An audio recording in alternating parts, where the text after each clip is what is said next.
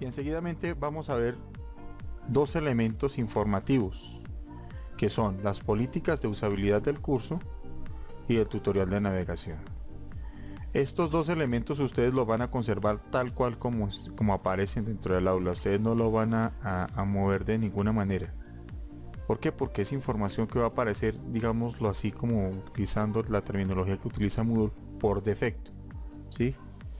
Es lo que forzosamente van a consultar todos los estudiantes ahí, los estudiantes y los tutores, ¿no?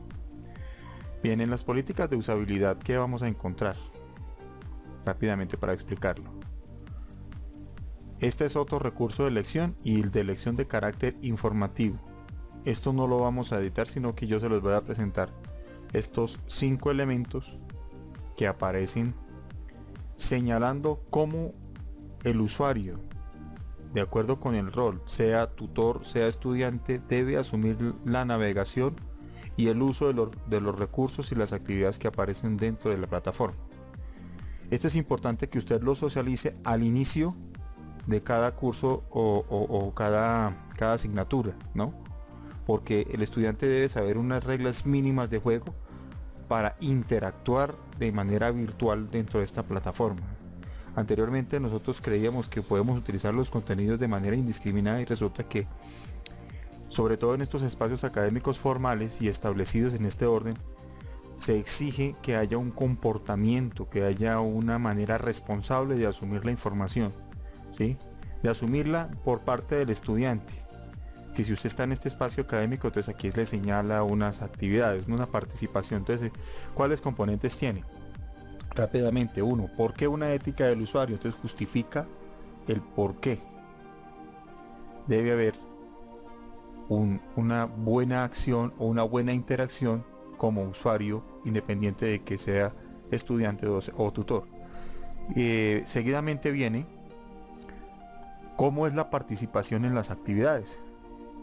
Y aquí le va a señalar al estudiante que debe tener en cuenta para participar en las actividades, ¿no? Unos elementos de carácter procedimental y otros de carácter eminentemente actitudinal, ¿no? También tiene el uso de recursos en la plataforma. Todo esto es una instrucción, todo esto es una indicación, una ilustración de cómo el estudiante y también el tutor deben asumir los recursos de la plataforma, ¿sí? Por ejemplo, voy a citar aquí brevemente un caso. Revise atentamente las etiquetas y las consignas para que identifiquen dónde está la información, ¿sí?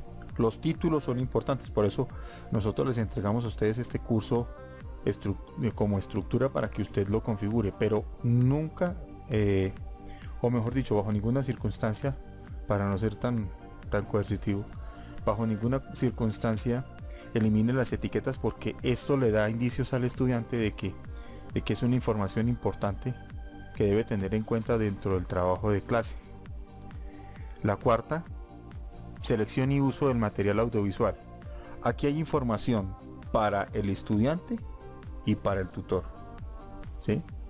Para el estudiante, entonces aquí le dice que de acuerdo con las imágenes, con material audiovisual, con recursos seleccionados, tener en cuenta los formatos, porque por interoperabilidad, que ese es un concepto que maneja la virtualidad, no siempre son compatibles en todos los escenarios, y usted como tutor también debe tenerlo en cuenta, ¿no?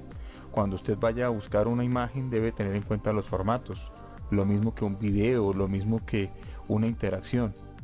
Todos estos elementos van a influir mucho en el desarrollo y sobre todo en la navegación de un curso. El uso de la comunicación en el aula. Aquí hay una introducción al tema, porque este se divide en 4 elementos importantes.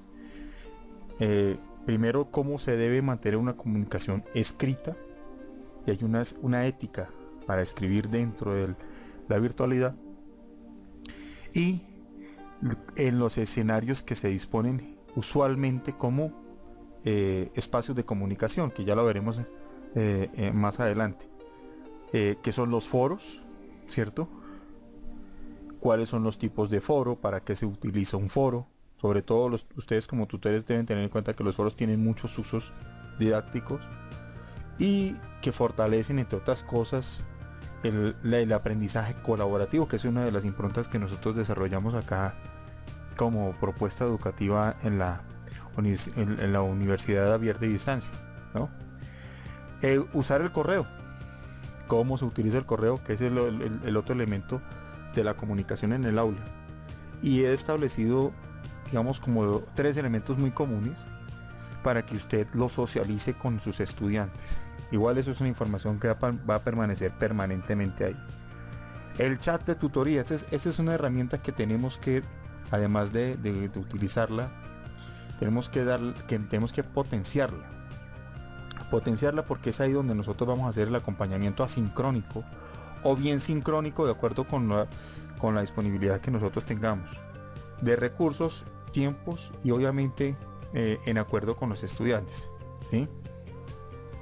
Un chat de tutoría es un espacio, una sala que se dispone para que el estudiante, de acuerdo con digamos, con esos encuentros que usted haya establecido previamente con ellos, en las fechas que usted haya delimitado con ellos, en esos encuentros ustedes socialicen inquietudes o actividades que sean propias de cada uno de los cursos, ¿no? Y que obviamente pues usted sabrá valorarlas y evaluarlas de acuerdo con las instrucciones y de acuerdo también con lo que hayan hablado con sus estudiantes. Y finalmente el uso de las redes sociales, que ustedes pueden integrarlas, ¿no? Últimamente pues se ha visto que las redes sociales, Twitter, el YouTube como un canal informativo, el Facebook, todos los recursos indicados, LinkedIn por ejemplo, que son para redes de trabajo, ustedes pueden utilizarlas, pueden integrarlas, pero aquí hay unos elementos que les orientan de cómo ustedes pueden utilizar esas redes sociales integradas. Eso en la parte de la ética del usuario, ¿no? Volvemos a la página principal y vamos a ver lo que es el tutorial de navegación del curso.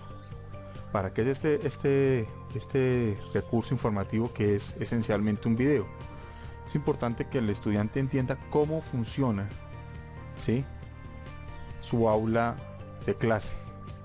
Entonces aquí se le va a poner al estudiante la estructura de curso, ¿cierto? El video que va a aparecer ahí siempre, eso lo vamos a dejar quietecito, eso no lo vamos a mover. Va a aparecer siempre cómo funciona el curso, qué elementos contiene, cómo se va a navegar, para que el estudiante desde la primera sesión sepa dónde va a ingresar, cómo va a interactuar, qué es una actividad, qué es una información, ¿sí?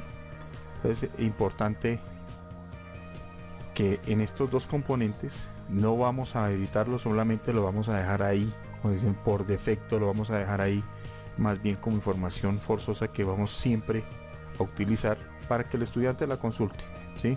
Además porque nos va a evitar futuros inconvenientes cuando, por ejemplo, algún estudiante diga, no, pero es que yo no sabía, por ejemplo, cómo utilizar el aula de clase. No, mira, aquí hay una información. No, es que yo no sabía que yo no podía escribir en mayúscula sostenida y en negrilla y de color rojo. No, aparece ahí, ¿sí? Entonces es importante que mantengamos esta información quieta. Aquí termina entonces el tutorial sobre esos dos elementos de navegación de curso y políticas de usabilidad.